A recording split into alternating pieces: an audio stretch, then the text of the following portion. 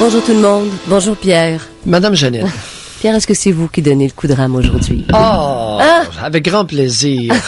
CJRC, bonjour, bon après-midi à nos auditeurs de la région de Hull, Ottawa, et les auditeurs de CJRC. Bon après-midi à tous les auditeurs de CHLT, Sherbrooke, Basse-Plaine, de Montréal, CKAC, Trois-Rivières, CHLN, Québec, CHRC, Chicoutimi, CKRS, et tous ceux qui, par station intermédiaire, peuvent nous prendre, ou par satellite. Et Janine, l'Internet devient un puissant outil. Oui, on a un auditeur assez fidèle en Turquie qui m'envoie des courriels assez régulièrement. Alors, ça nous écoute d'un peu partout, France, Belgique, Californie. Alors, Internet devient un outil d'écoute. Oui, et qui n'est pas comptabilisé dans les BBM. Ouais. Pas du tout, c'est ça. Ouais, alors, non seulement notre émission est pas en Québec, mais à travers les courriels qu'on reçoit, là, il y a une écoute via Internet dans des pays étrangers. Il y a aussi les coupoles pour les camionneurs qui descendent vers la Floride. Ça aussi, on a eu des courriels. C'est beaucoup de monde. Alors, il y a beaucoup de monde qui nous écoute via différents outils en dehors du réseau officiel. Absolument. Alors, sur les réseaux, comment on appellerait ça? Les réseaux parallèles, qui prennent de plus en plus d'espace. Réseau parallèle, oui. Alors, Pierre, aujourd'hui, est-ce qu'on va dans le vif du sujet tout de suite? Janine, juste un petit mot. Oui. Ça m'a accroché ce matin. J'aimerais rassurer. Écoutez, il est arrivé un autre cas de suicide, là, en l'espace assez rapproché, au service de police de Montréal. J'aimerais simplement leur dire, à titre d'expert dans le domaine, premièrement, de ne pas craindre l'effet d'entraînement. Deuxièmement, de ne pas s'affoler. Troisièmement, de ne pas tourner la page. Comme c'est déclaré dans le Journal de Montréal, tourner la page au plus sacrant, puis on passe à autre chose. Non. Ouais. Chaque cas de suicide doit être autopsié. Chaque cas de suicide dans un service quelconque doit être autopsié afin de mieux comprendre ce phénomène-là et de voir s'il y a des causes inhérentes au travail. Oui. OK? Oui, parce qu'il y a toutes sortes, les policiers, comme d'autres personnes, ils ont le droit d'être malheureux, ils sont cocus plus souvent qu'à leur tour, ou aussi souvent qu'à leur tour. Ils se font flusher, ils ont des problèmes de boisson, ils ont toutes sortes de problèmes, ils ont des problèmes avec leurs enfants, etc. Alors, il y a et il y a aussi des problèmes de santé psychique chez les policiers. Oui. Alors, ils en seraient porteurs avant d'entrer dans la police ou ça surviendrait à l'usage. C'est-à-dire, ils voient beaucoup de misère, ils voient beaucoup de violence. Alors, non, ça est-ce que ça peut engendrer? C'est justement afin de ne pas tomber dans l'explication facile. Pourriez-vous, s'il vous plaît, faire une autopsie psychologique détaillée de chaque cas de suicide dans les services de la police de la province, afin qu'on arrête de s'affoler, puis qu'on fasse débarquer dès qu'il arrive un cas de suicide la barque, la barge, la flopée de psychologues, ces bonnes dames qui viennent essayer de guérir et qui, malheureusement, dans bien des cas, ne font qu'empirer certains problèmes. Il y a peut-être des psychologues aussi, là. Il y a peut-être, en tout cas, il y a 25%. Il y a une demande pour ça, par contre. Oui. De la part des corps policiers, ils demandent, on leur a offert du support psychologique. Ouais, ils le demandent. Support psychologique des psychologues, ça vaut ce que ça vaut. Et là, je m'inclus là-dedans. Support psychologique des psychiatres, ça peut valoir ce que ça vaut. D'ailleurs, on est en train de complètement virer notre capot de bord concernant le phénomène d'aide psychologique pour les personnes traumatisées. Oui. Alors, on est en train de prendre exactement l'attitude inverse. Ça fait que là, soyons prudents, là. Aux dernières nouvelles, l'histoire de débriefing puis de ventilation à outrance, on a découvert que c'était carrément mauvais, nocif. Pierre, alors là, les psychologues, là, mettez la pédale sur le frein, s'il vous plaît. Tenez-vous au neutre, intervenez un peu, pas trop. Puis, ouais. Un exemple là-dessus, Pierre. Quand vous avez commencé à parler de ça, c'était des études américaines l'an dernier qui mettaient en doute, en tout cas, l'efficacité du débriefing parce que ça pouvait amplifier. Mais oui! Ça empire, ça cristallise les souvenirs du trauma dans la tête. Puis la personne ne sera plus capable de ne plus y penser. Ça se comprend-tu, ça? Pas nécessaire de faire un grand cours universitaire pour savoir ça, ma Janine. Ah, Pierre, mais... Comprends? Il y a un exemple actuellement. C'est pas tout à fait adapté à ce que vous venez de dire, mais ça sonne des cloches. Véronique Cloutier. Tu sais, elle reprend le collier. Ouais. Elle est extrêmement discrète. Ouais. Elle continue, elle se relève de son accouchement. Ouais. L'histoire de son père, elle ne veut pas le commenter. Puis j'espère qu'on va respecter ça. Oui. Tu sais, Bon donc, point, elle Janine. repart, elle se met dans l'action. Et Oui. c'est peut-être thérapeutique. Ben, c'est peut-être. OK? Ça l'est. C'est ça. De Ça ne l'est. pas en reparler, puis bon, comme vous Puis dites. ça la regarde. Ça, c'est sa décision. Et le respect de l'autre, ça va jusque-là. Elle veut en parler, on l'écoute. Elle veut pas en parler, c'est de ses Ça affaires. s'arrête là, je comprends. Tu sais, La même chose pour René Simard. J'ai beaucoup apprécié. René Simard a fait preuve d'un moment de maturité exceptionnel dimanche soir devant Guillaume Lepage, qui lui, je peux pas commenter sur le même niveau là, le même niveau de maturité malheureusement. Et après avoir répondu à quelques questions, René Simard a dit, nous sommes très affectés par ça et j'aimerais qu'on parle de d'autres choses. voilà, c'est ça. Et ils ont droit à une vie, ces gens-là. Ben Tu sais, oui, on dit, hey. vous appartenez à votre public. Non, vous appartenez pas à votre public. Vous donnez des performances, vous travaillez tous les Janine, jours. Ben, si les femmes appartiennent aux hommes, le public appartient aux artistes. ben, Pierre, c'est la même C'est un réflexion. syllogisme. J'ai fait la même réflexion ce matin. Ah oui? Je vous aime, mais je ne vous appartiens pas. C'est valable dans tous les voyons. types de relations, même avec des vedettes Mais comme oui, mais ceux-là. on est tout avec leur croche dans public. notre éducation, Janine. Ma femme, c'est à moi, cette femme-là. Si elle me quitte, je la tue. La même chose d'appartenance des vedettes. Toute la vie doit être étalée. Tu sais, la vie de ces gens-là, en tout cas. Ben oui, alors toutes ces réflexions-là. Oui. Et aujourd'hui, Pierre, on arrive Allons-y. Au remboursement des cartes de crédit, un mois après Noël. C'est un drôle de sujet, mais ok. êtes-vous capable de vivre avec des dettes? Qu'est-ce que ça a comme impact sur votre vie de savoir que, oui, vous allez rembourser une partie de votre carte de crédit, mais vous serez peut-être pas capable de la rembourser? L'article est sorti la semaine dernière. On dit que les ménages canadiens s'endettent toujours plus. Endettement qui s'est accru de 7% au cours de la dernière année et de 20% depuis le début de la décennie. Ça, c'est au Canada. La dette des ménages a augmenté 2 fois plus vite que le revenu disponible au cours des 15 dernières années. Alors, on risque de déchanter très fort si jamais il y avait une hausse des taux d'intérêt, si jamais l'économie ralentissait beaucoup, de façon significative. On est en train de cultiver, malgré des signaux alarmants, un faux sentiment de confiance quant à la capacité de rembourser les créances. Parce que les salaires augmentent pas et même diminuent dans bien des secteurs économiques. Alors, on est beaucoup endettés. Est-ce qu'on est capable de vivre avec ça, Pierre? Bon. Écoute, dans une discussion comme ça, à l'occasion, je me sens un peu l'obligation de révéler mes propres couleurs. Alors, je souffre d'une intolérance chronique aux dettes. Oui. Et non, Oui. non, je souffre d'une intolérance chronique au rouge, mais pas aux dettes. Au rouge. C'est-à-dire, ne pas être capable de rembourser. T'as dépensé plus que tu gagnes. C'est ça. Dépenser Alors, plus que il y a ce une qui... différence. ouais. Ici, c'est pour ça qu'il faut en parler avec une certaine, je sais pas, moi, en tout cas, le mot m'échappe, Mesure. là. Parce que certains vont dire que les dettes, ça peut se justifier comme levier économique temporaire et tout ça, là. Comme voilà. manœuvre, oui. Vous avez Comprends-tu? raison. Comprends-tu Oui. pourquoi je suis venu pour dire quelque chose? Puis non, c'est pas vrai. Alors, j'ai dit dans un premier temps, je suis intolérant aux dettes. Non. Je ne suis pas intolérant aux dettes. Je suis intolérant au rouge.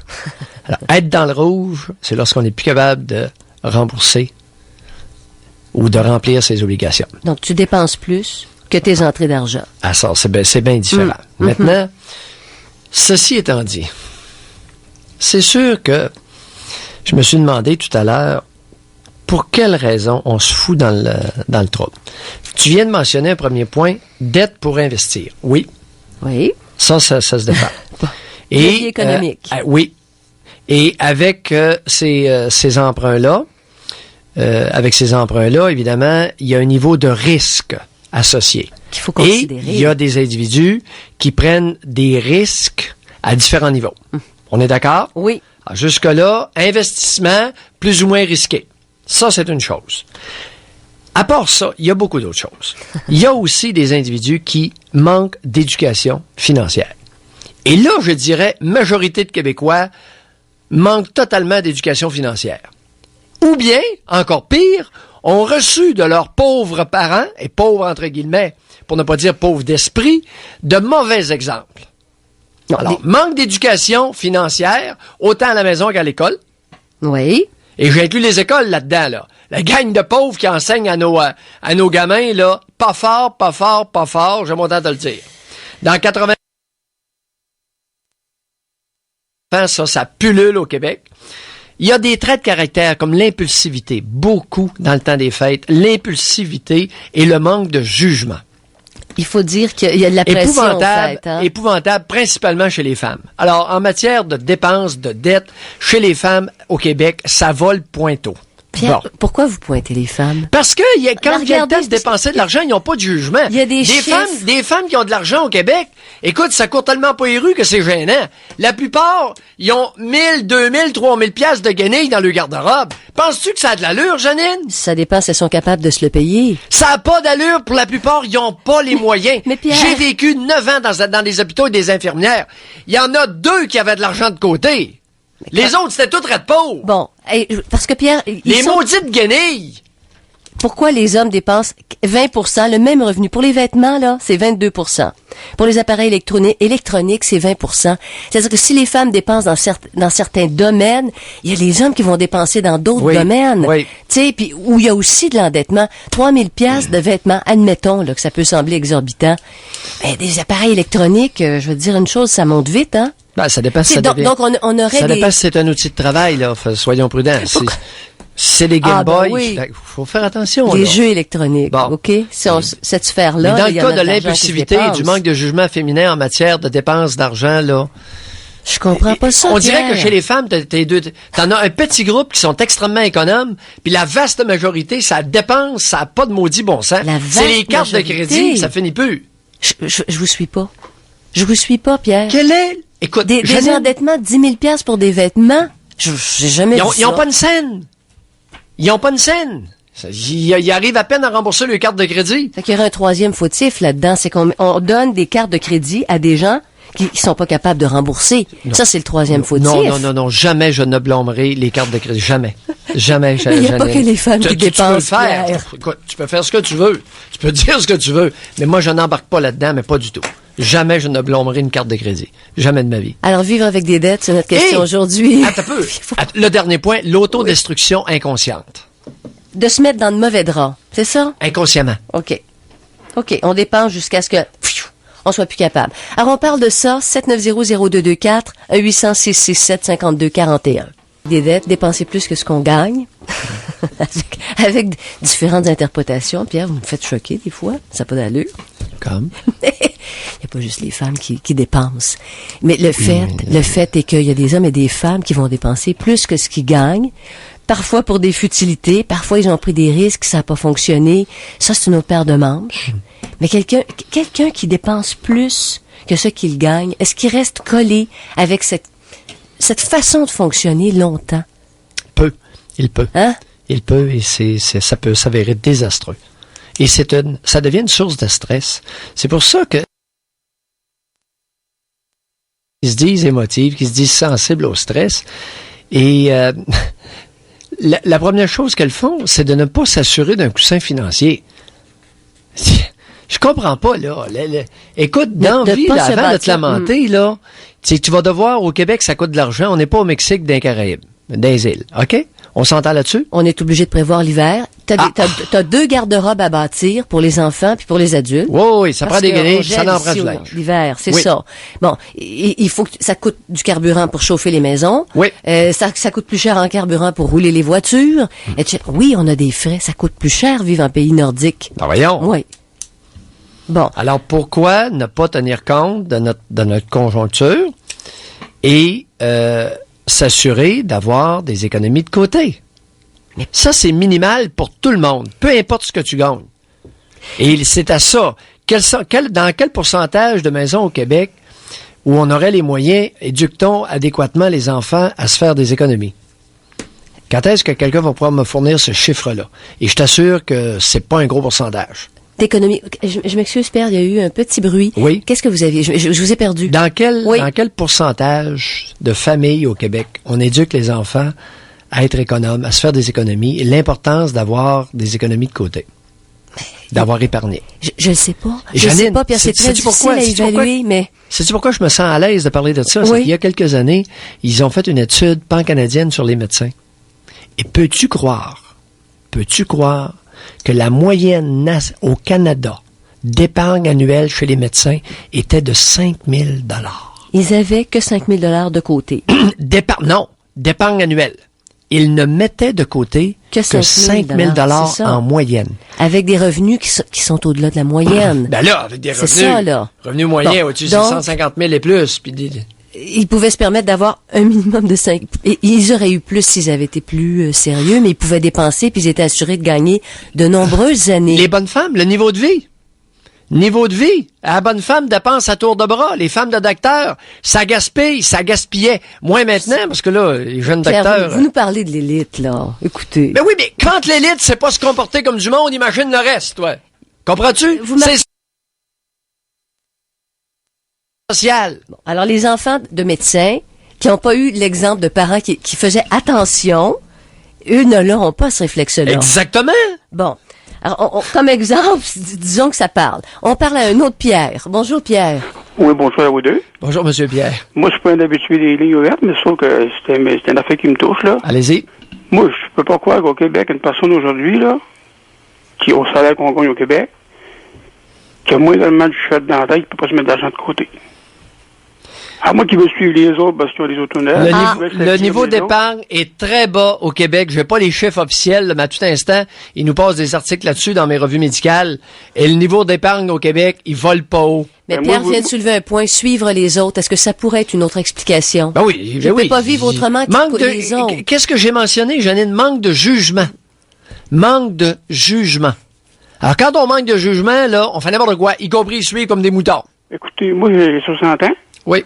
Puis je vois des jeunes aujourd'hui de 15-16 ans, ça a des autos neuves, puis sur des 4 roues neuves, puis c'est habillé comme des rois. Moi, je suis bien gainé, puis j'ai 60 ans. C'est ça. Puis mais j'ai un petit terre à bois qu'on fait notre bois. C'est ça. Qu'on fait notre jardinage. Oui. Puis on a un petit coussin s'il arrive de quoi. Excellent. Mais moi, je peux pas croire qu'au Québec, une personne ne peut pas vivre, c'est impossible. Bon, certains diraient, Pierre, vivre en ville, ça coûte plus cher qu'à la campagne. C'est vrai, Janine, c'est vrai en partie. Bon, on a vécu en ville, nous autres. Oui. On a sorti de là. Vous étiez pas bien? Non, c'était pas notre place. Mais je suis sûr, moi, c'est pas... Je suis sûr, je travaille pas dans les banques, mais je suis sûr que les banquiers, pour vous dire, sont très, très rares, le monde qui va un coussin de 20 000 ou 10 000 à la banque. Oui, exact. Plutôt, ils vont en avoir 50 ou 100 000. Ah, il y a sûrement quelqu'un qui le sait, là. Je me souviens pas du chiffre. Alors, l'épargne moyen per capita au Québec... C'est très, très pauvre. C'est peu. On n'est pas allé loin. Regardez, il arrête l'amour aux enfants avec des jouets et de l'argent qui en dette. Hey, Noël! C'est ça, la maudite folie de Noël! Ça, c'est la pire affaire, ça. Ça, c'est la pire cochonnerie, ça. Mais là, les gens sont rendus à payer, là. C'est un mois, là. Ils ont tous reçu c'est ça. leur carte. Alors, ces gens-là, j'aimerais que cet après-midi, appelez-nous. Appelez-nous pour nous expliquer votre comportement irresponsable avant le temps des fêtes. Émotivité, achat d'amour, manque de jugement, impulsivité, n'importe quoi. Il n'a pas fini de payer, il commence à payer, là. Allez, bye Pierre, merci du son de cloche. Oui. Bon, alors, vivre plus proche de la nature.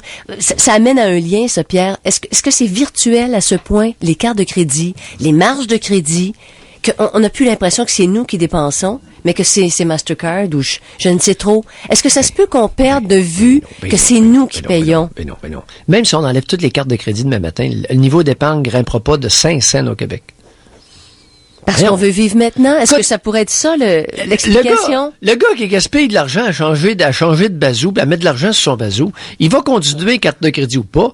Et puis, la gonzesse qui est toujours rendue dans un maudit magasin, qui arrête pas de s'acheter des guenilles, puis des bobettes, puis des... Tu sais, elle est rendue qu'elle en a 200 paires de bobettes. Peux-tu arrêter à un moment donné? Use-les, des maudits...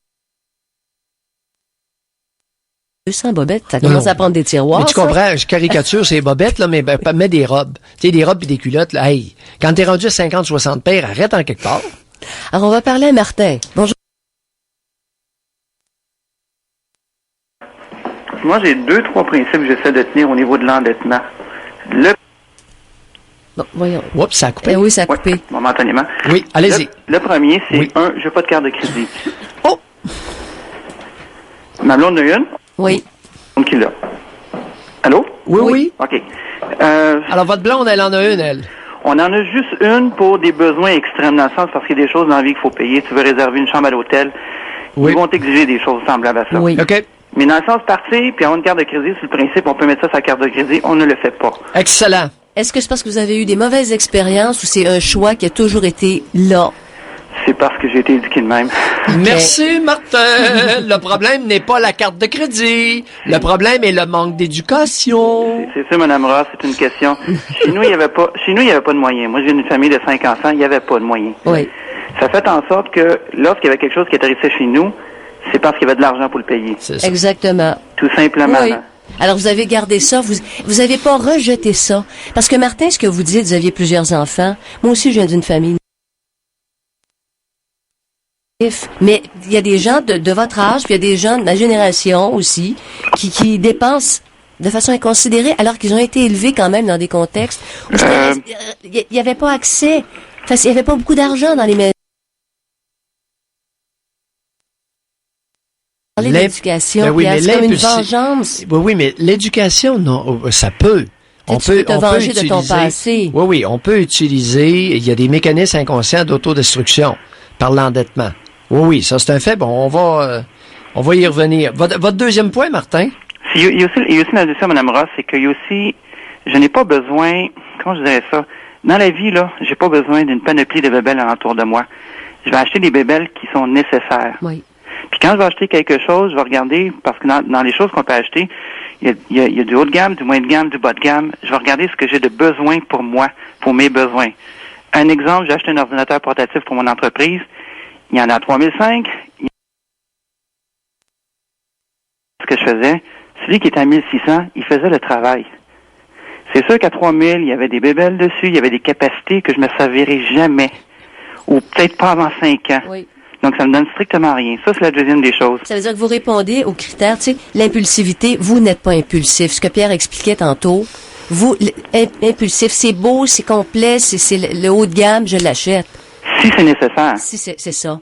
Donc, après une réflexion.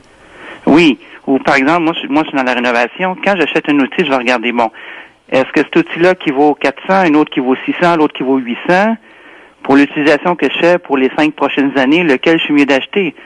Si je réalise que je suis mieux d'acheter le haut de gamme, je vais l'acheter.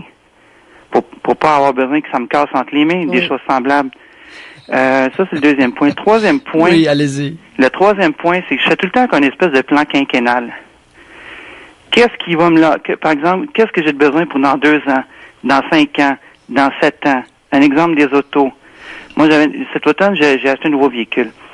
Mais ça faisait 1 an et demi que je le savais que mon auto s'en allait.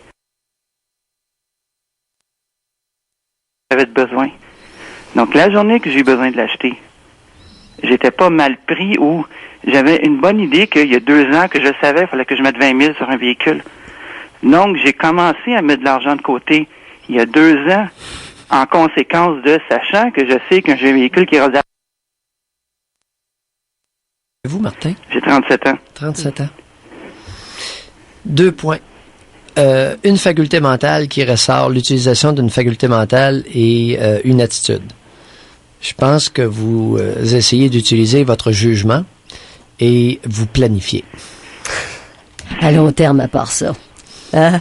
Mais la recette n'est pas bien compliquée. On fera pas un grand cours universitaire avec les grands économistes, puis les ci, puis les ça, là. Mais c'est jugement, planification. Ce que vous venez d'expliquer. C'est tout. Merci. Merci beaucoup, Martin. Parfait. Merci beaucoup. Avec des dettes, les conséquences, ou parfois ça peut être positif. Pierre, avez-vous déjà entendu parler du voisin gonflable? Oui, tout ça existe. Tout ça existe. Et je cite ça plutôt dans le manque de jugement. Tu sais, c'est un manque de jugement patent. Il y a du monde qui n'ont pas de...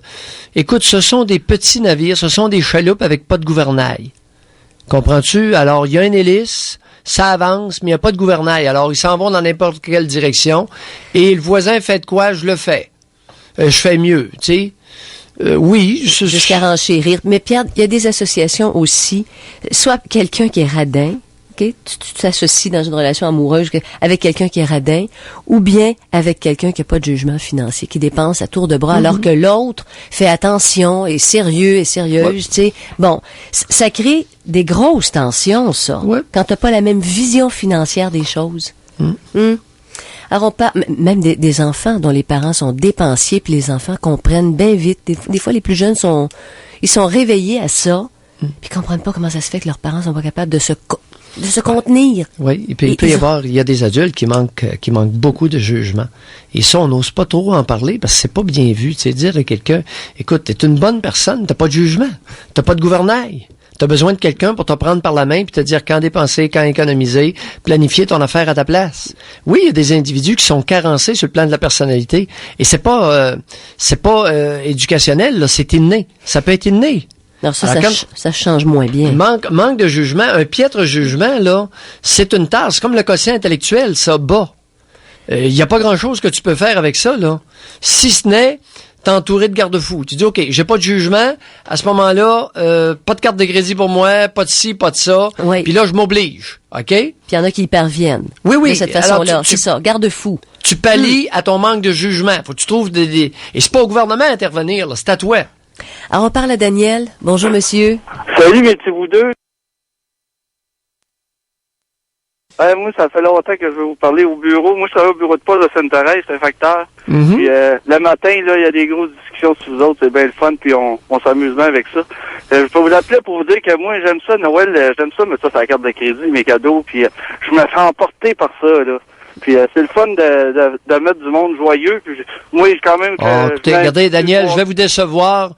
Les cadeaux de Noël, là, il y a beaucoup de monde qui ne sont joyeux qu'en apparence. Ah ouais, je sais bien, écoutez, alors, il y a des individus, puis je dois pas être le seul, que les cadeaux de Noël, là, tiens, hey, pas trop gros parce que...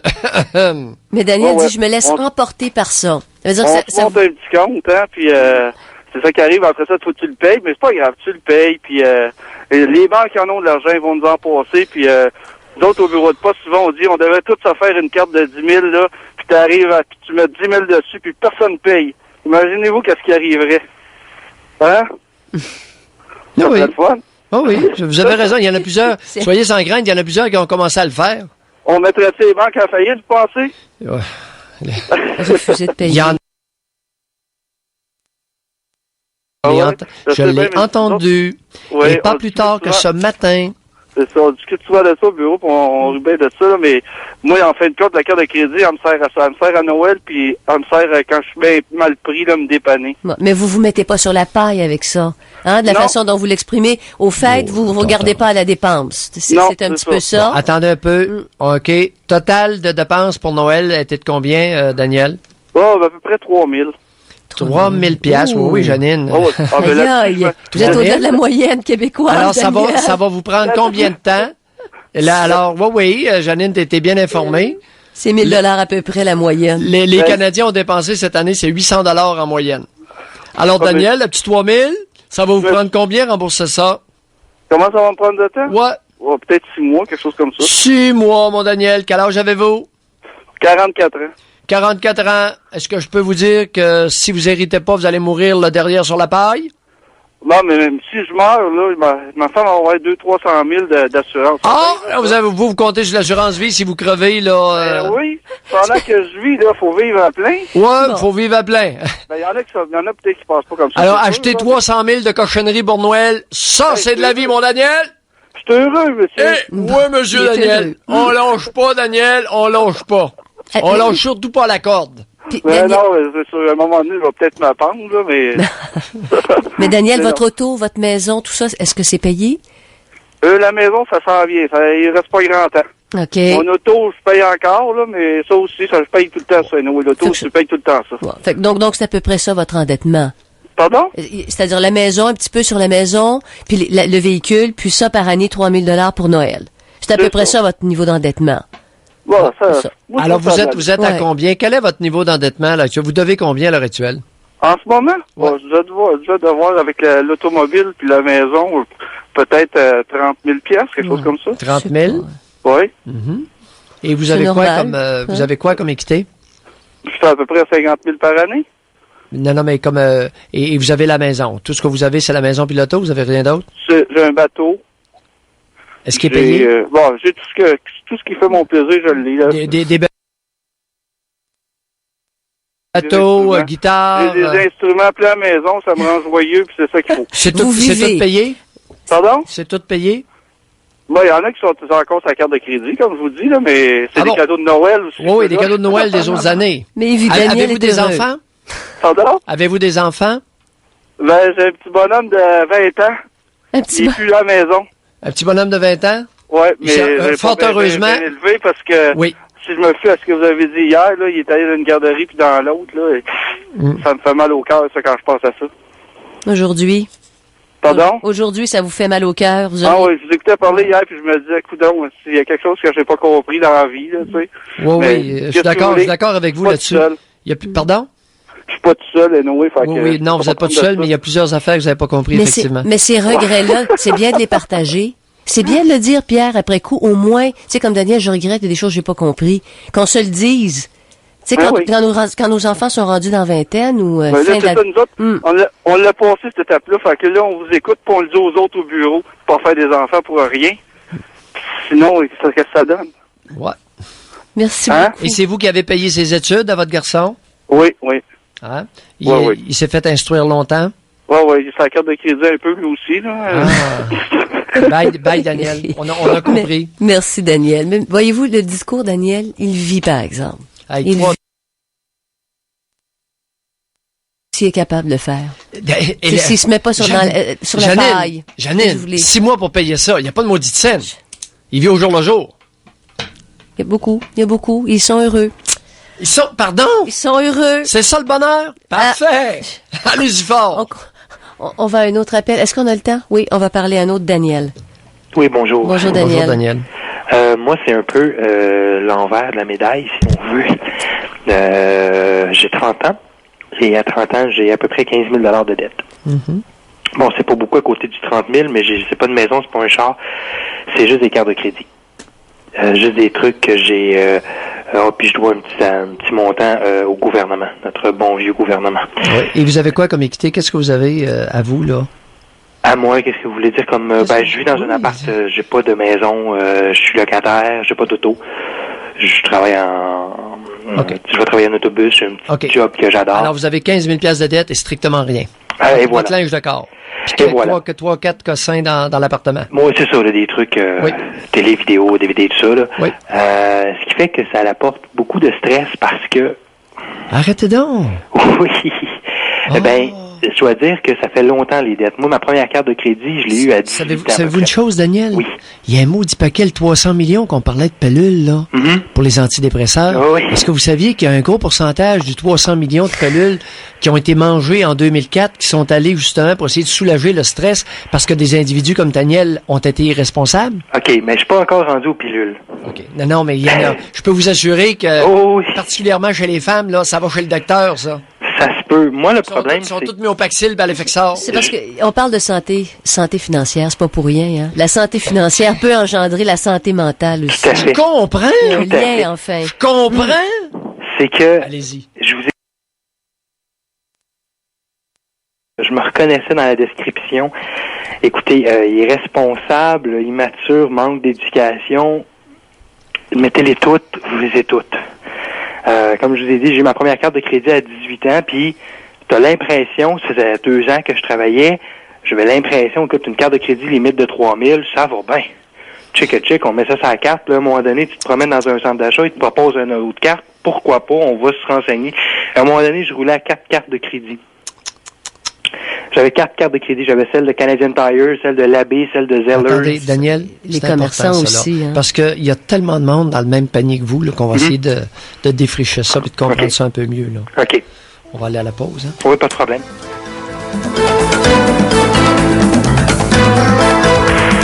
Un niveau d'endettement qui est énorme dans certains cas, acceptable dans d'autres. Comme Daniel tantôt, là, le précédent Daniel nous disait, moi je suis heureux, je veux vivre aujourd'hui, je veux pas me coller de l'argent de côté, je veux vivre. Il y a tout ça qui coexiste, Pierre, mais il y en a qui sont incapables à un certain niveau d'endettement de survivre. Janine, vivre à crédit, c'est pas vivre. Je regrette, là, c'est pas ça la vie. Pierre, je On partage peut votre pas, opinion, dans une mais collectivité, là, si on se met à vivre là, ces cartes de crédit, collectivement, c'est un flop monumental, société, on plonge, là, tiens, chiou! déjà qu'on est endetté, Pierre, sans le vouloir. Là, Sans le vouloir, nos gouvernements nous endettent. Et, comme dit le Daniel qui est en onde, évidemment, les dettes, malheureusement, pour la plupart des gens, c'est difficilement toléré. Ça crée un stress. Et là, ils s'en vont chez le docteur, puis ils sont tous au Paxil, puis à l'Effexor. Puis à l'Ativan pour Rivotril. Daniel, vous n'êtes pas rendu là? Non. OK, alors rapidement, 4 cartes de crédit, 18 ans. Exactement. Et là, vous pensiez que parce qu'on vous a donné une carte de crédit, que vous aviez de la richesse entre les mains. Oui, tout à fait. Et là, les cadeaux se faisaient aller. Là, j'avais des amis. Là, la copine, ben là, elle veut aller dans un motel. On va aller dans un motel. Elle veut avoir un spectacle. On va avoir un spectacle. Elle veut ci, elle veut ça. Alors, on appelle ça comment, Daniel? Acheter de l'amour. On appelle ça acheter de l'amour. Et on appelle ça aussi manque de jugement. Aussi, tout à fait. C'est un gros manque de jugement. Ça joue sur la santé parce qu'à un moment donné, tu penses plus juste qu'à ça. À un moment donné, j'avais même 2 emplois. Je travaillais de jour et de nuit. Ce qui fait qu'à un moment donné, là, la santé s'en va, la santé mentale s'en va. Ce qui fait qu'à un moment donné, t'es tout le temps déprimé parce que si les gens t'invitent... Et, résultante de ça, la petite amie vous floche. Oui, tout à fait. Il floche tout dans ce temps-là. Tout à fait, oui. Et puis là, ce qui fait que, point de vue santé mentale, là, j'ai 30 ans. Donc là, quand tu essaies de rencontrer quelqu'un, les femmes habituellement recherchent, si vous regardez dans les petites annonces ou peu importe, autonome financièrement. Excellent, Daniel. Vous avez appris. Vous avez appris à la dure. Maintenant, vous le savez. Vous l'avez partagé. Bye. Bye. Pierre, on a un commentaire ici à Monsieur Bernard. Je veux juste répondre à Bernard que les chiffres que j'ai mentionnés au début, c'était des extraits d'un article. Je suis pas allé à fond quand on parle de l'endettement des Canadiens. C'est un article qui émane de la presse canadienne. Ça a été publié samedi le 22 janvier, donc c'est récent. Parce que lui dit, Monsieur Bernard, que on a plus d'argent qu'avant. C'est souvent ce qu'on observe, hein. C'est souvent ce que ça suggère. Et c'est pourquoi on s'endette plus. Les taux d'intérêt, Bernard dit, on peut pas s'attendre nécessairement à des hausses de taux d'intérêt. Il y a pas tard. C'est une menace si jamais. C'est un peu ce que l'article de la presse canadienne dit. On est tellement ignare en termes financiers qu'on confond les choux et les carottes puis n'importe quoi. L'endettement national des Canadiens, ça, c'est une chose. L'épargne individuelle, ça en est une autre. Oui. Alors, écoute, là, c'est l'épargne individuelle qui est bien importante pour moi. Comprends-tu? Mais c'est ça. Parce que ça, l'épargne individuelle, là, ça peut faire une différence énorme pour ton équilibre psychologique. Parce que tu as un coussin de sécurité. National, ça, c'est autre chose, parce que ça dépend de l'équité. Tu comprends? On n'est pas nécessairement dans le rouge, là. On peut avoir une dette nationale, mais on a tellement de biens collectifs que l'endettement est facilement supportable. Oui. C'est ça. Mais ce que soulève Bernard, là, il m'envoie toutes sortes de données qui sont intéressantes. De 60 000 $, c'est pas vrai qu'on gagne moins.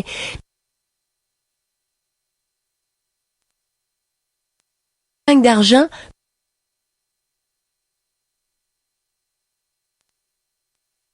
Mais tu te bâtis pas de sécurité comme vous l'invoquez depuis le début de l'émission. Tu te mets pas d'argent de côté, t'as pas de coussin de sécurité. Ben, tu peux bien gagner plus, t'es endetté pareil. Quand est-ce qu'on va enseigner aux jeunes à l'école les actifs, puis le passif, puis la dette, puis l'épargne? Juste 4-5 concepts comme ça, bien compris. C'est trop simple. J'en veux pas plus, les professeurs gagnent. Moi, là, Janine, j'ai un maudit problème avec les enseignantes. Qu'est-ce qu'ils font dans ces maudites écoles?